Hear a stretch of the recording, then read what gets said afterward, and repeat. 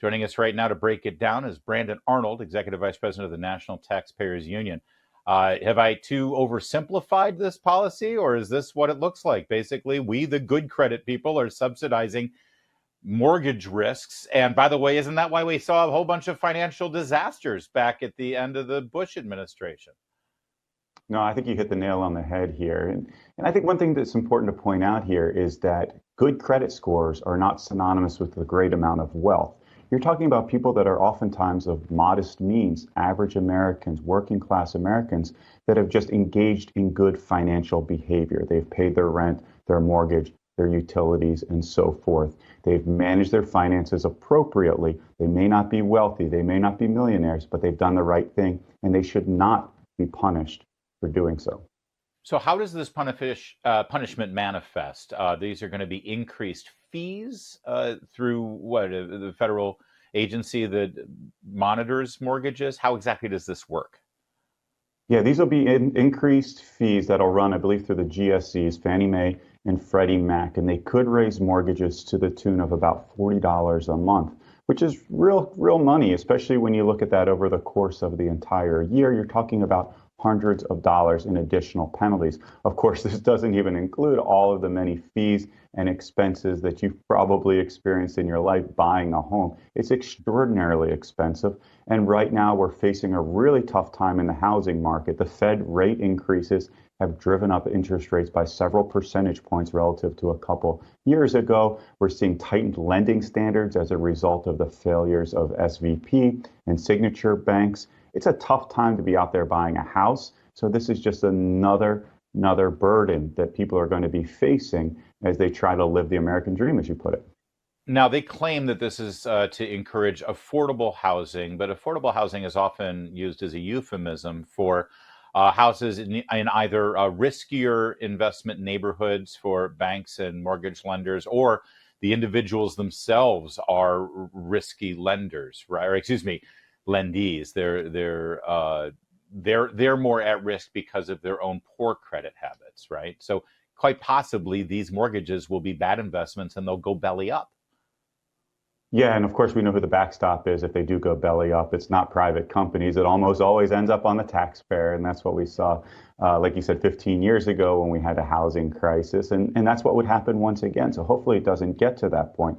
But I do think it is important to have affordable housing out there. There are a lot of government policies that have made it more difficult for people to live the American dream. We see lousy zoning laws, all sorts of restrictions on the ability to build more housing. Economics 101 says if you build more houses, the price of housing will fall. But unfortunately, government has too often stood in the way. I think there are other ways that we can help people with maybe not so great credit scores, improve their credit scores. That is a more holistic look at their financial history.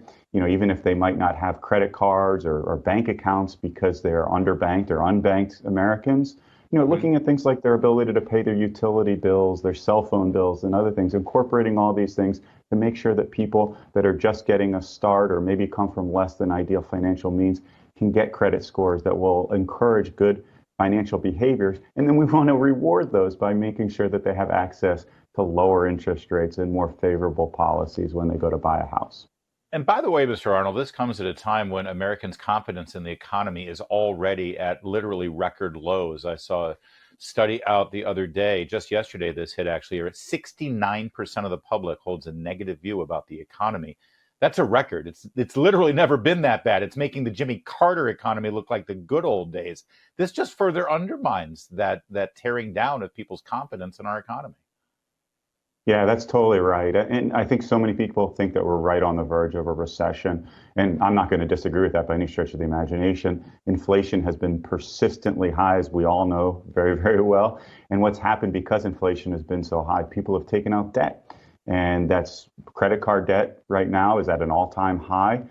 People have maxed out their credit cards. They've dipped into their savings accounts. And now interest rates are going up. So those credit cards that might be maxed out are getting even more expensive. And we're starting to see those default rates tick up. That's really, really concerning, not just on credit cards, but on mortgages, on student loans, on auto loans.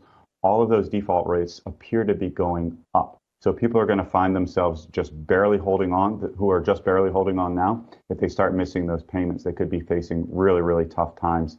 And when you spread that across an economy, it's real danger ahead. Of course, here in Washington, the entire discussion about the economy is going to boil down to the competing budget visions from the Biden administration and from Kevin McCarthy's House Republican majority. It's not going to help either way. It's just going to look like two sides that can't come together and reach agreement on something as basic as the federal budget. That's going to undermine confidence in the economy as well. What do you suggest Republicans do? What should their stance be, considering they've only got the House? They don't have the Senate votes or the White House. Yeah, I mean, I think they had a good opening salvo. We saw earlier this week the speaker unveil a policy plan to reduce spending. I think there were a couple extraneous provisions in there, but let's not let the perfect be the enemy of the good. The most important thing that Congress can do right now as it pertains to inflation is get a handle on federal spending. We saw this during this pandemic behavior from Congress over the past couple of years where we pumped trillions and trillions of dollars into the economy. We know that exacerbated inflation. Now we need a little bit of austerity. We need to make sure that the Congress is moving toward a more balanced budget. So I think capping discretionary spending, things like creating a commission to evaluate our entitlement programs like Social Security and Medicare. I think we need more courage when it comes to our politicians. We've seen so many people go up there, Republicans and Democrats alike, saying we can't touch Social Security and Medicare because they're popular. Well, we're paying you to make tough decisions, Congress. We're paying you to go there and do the difficult work that's going to get the nation back on track, improve this economy so that nearly 2/3 of Americans, or more than 2/3 of Americans, don't think this economy is running into a ditch. Yeah, but of course, the problem is that nobody wins re-election on austerity. Nobody wins a re-election based on cutting especially benefits like Medicare and Social Security. You even see President Trump attacking Ron DeSantis because when he was in the House, he was on board with Paul Ryan's modest reforms. I mean, that's the reality that we're in right now. We're past the point of the 90s, back when both Democrats and Republicans had competing balanced budget ideas. That was a great time. Now, nobody wants to be the one to say, yeah, it's time to tighten our belts because they're going to get attacked politically. No, that's totally right. And unfortunately, we have too many, I'll be blunt, we have too many cowards in politics because all they care about is getting reelected. They don't care about the future beyond their 2, 4, 6-year term, however long they intend to be in public service. We need people that have the courage to step up and say, listen, I know this is bad news. I know this is unpopular news, but we're looking at entitlement programs that are going to be exhausted in 10 years or fewer years in some cases. The Social Security Trust Fund is looking about a 10-year period right now before its expenses exceed its benefits, before it's depleted, essentially, at which point we're going to have huge benefit cuts. So all those politicians that say we can't touch Social Security, they need to be asked, what are you going to do in 10 years when we are forced to make cuts to Social Security? Isn't it smarter to plan ahead, to make reforms to the program that make it stronger, that make it more financially durable, instead of waiting until the last minute and making these drastic cuts that are going to harm senior citizens? What are those? We only have, sadly, less than a minute left, but can you give us an example of what those reforms look like? Is it merely just raising the retirement age? I think raising the retirement age is absolutely important. I don't think you do that in the near term. That's a long-term reform. So people of my generation, Generation X perhaps, are the first to experience higher retirement ages. We see what's happening in France right now as they try to tweak that, though. It's very, very unpopular, but it's important. I think allowing people to save more of their Social Security, encouraging people to save outside of the program is important. I think there are tweaks that we can make around the margins here that aren't drastic reforms to Social Security that maximize the benefits that people are getting from this program. We're not tearing it down, but we are making it stronger by reforming it. To take that off the table is just really irresponsible and cowardly. Once again, Generation X has to do all the heavy lifting and hard work. I feel you. I know that's what we were born to do, it seems. That's all right. I'll wait a few extra years to retire if that helps my kids out. There's more to come on O'Connor.